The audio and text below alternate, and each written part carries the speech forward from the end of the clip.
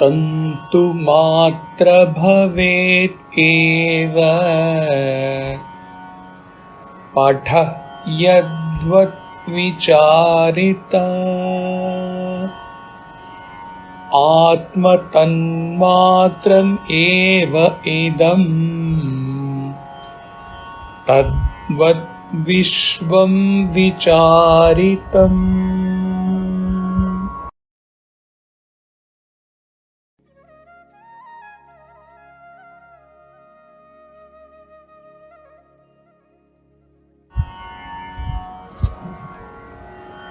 Just as cloth, when analyzed, becomes nothing but thread, even so, this universe, when examined carefully, is found to be nothing but the self.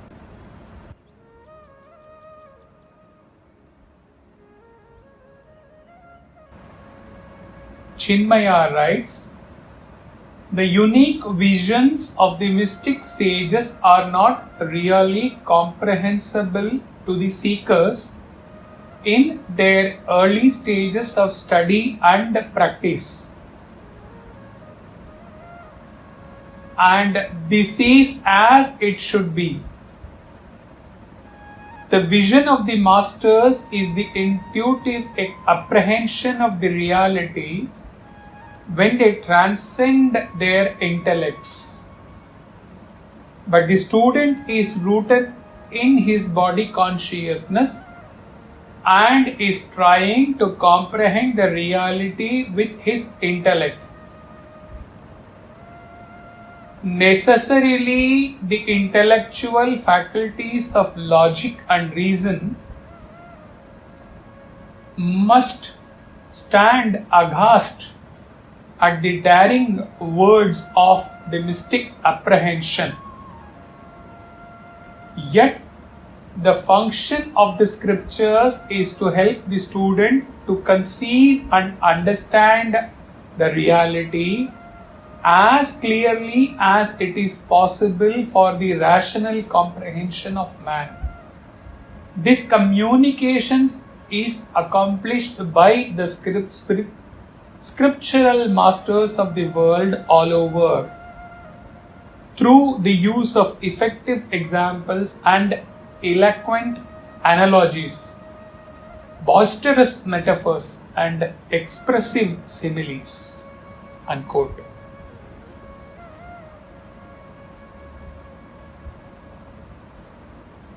This cloth and thread analogy has been explained by Swami in many discourses by holding his handkerchief in front of the devotees gathered.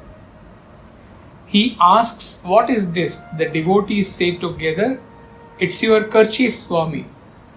Then he says, "No, it is only thread which have been woven together." We in the world exist with sense of duality. We exist separate with our own ego, think and act with our own ego, like the millions of cloths that exist in the world. It is the ego which separates me, the self, from me, my body. Then the ego gets encouraged to separate me, the body, from all others with their bodies in the world.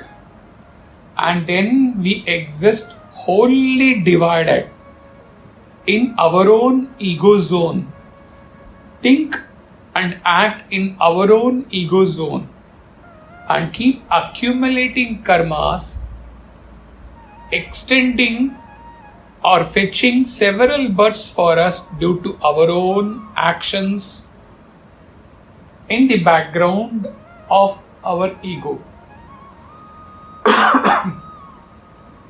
Only with discrimination we come to know and come to realize ultimately that the millions of cloths that exist are all but threads, and the essential quality of thread is the same.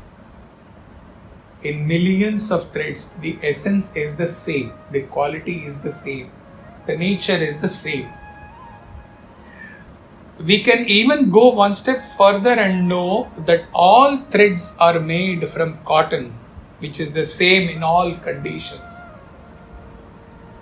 Similarly, with discrimination, viveka, and with the teachings imparted by Guru, one realizes that though there may be millions and trillions of beings existing in this creation with various names, various forms, various appearances, various attributes, still the one essence which enlivens all of them, which illumines all of them, which illumines the entire creation, is pure consciousness. Having known this clearly, one gets into nididhyasana with the conviction that I am that pure undivided self, aham brahmasmi, and one day he realizes this truth in the depth of his meditation in silence. In nididhyasana, in the other way, one leaves behind himself and all others and the entire creation and exists as transcendental self. And in that state, there is neither awareness of the thread, nor awareness of cloth, nor the divided existence, nor the sense that all are oneself.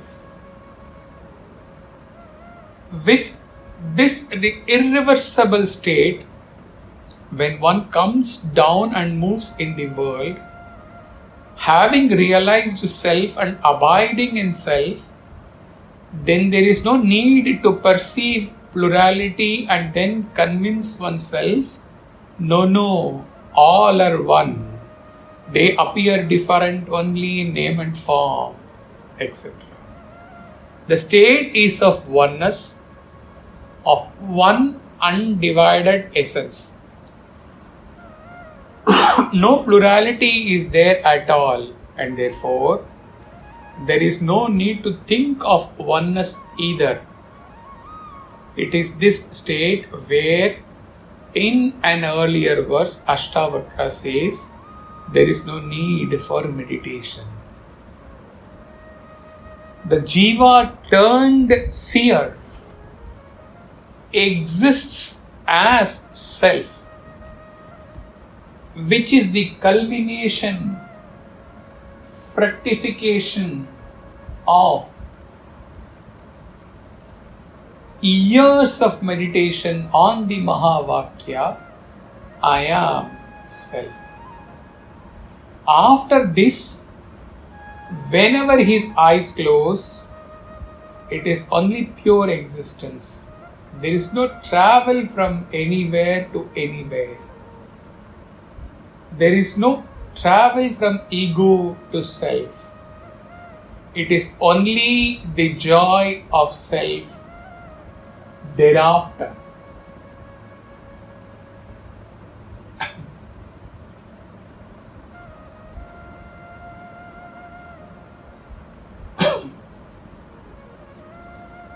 Chinmaya.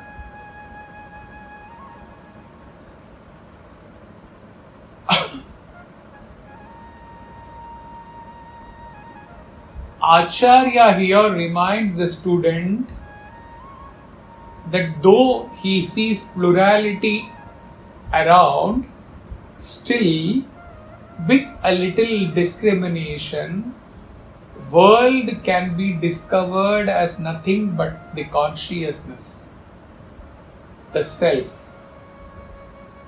A stress in consciousness is a thought.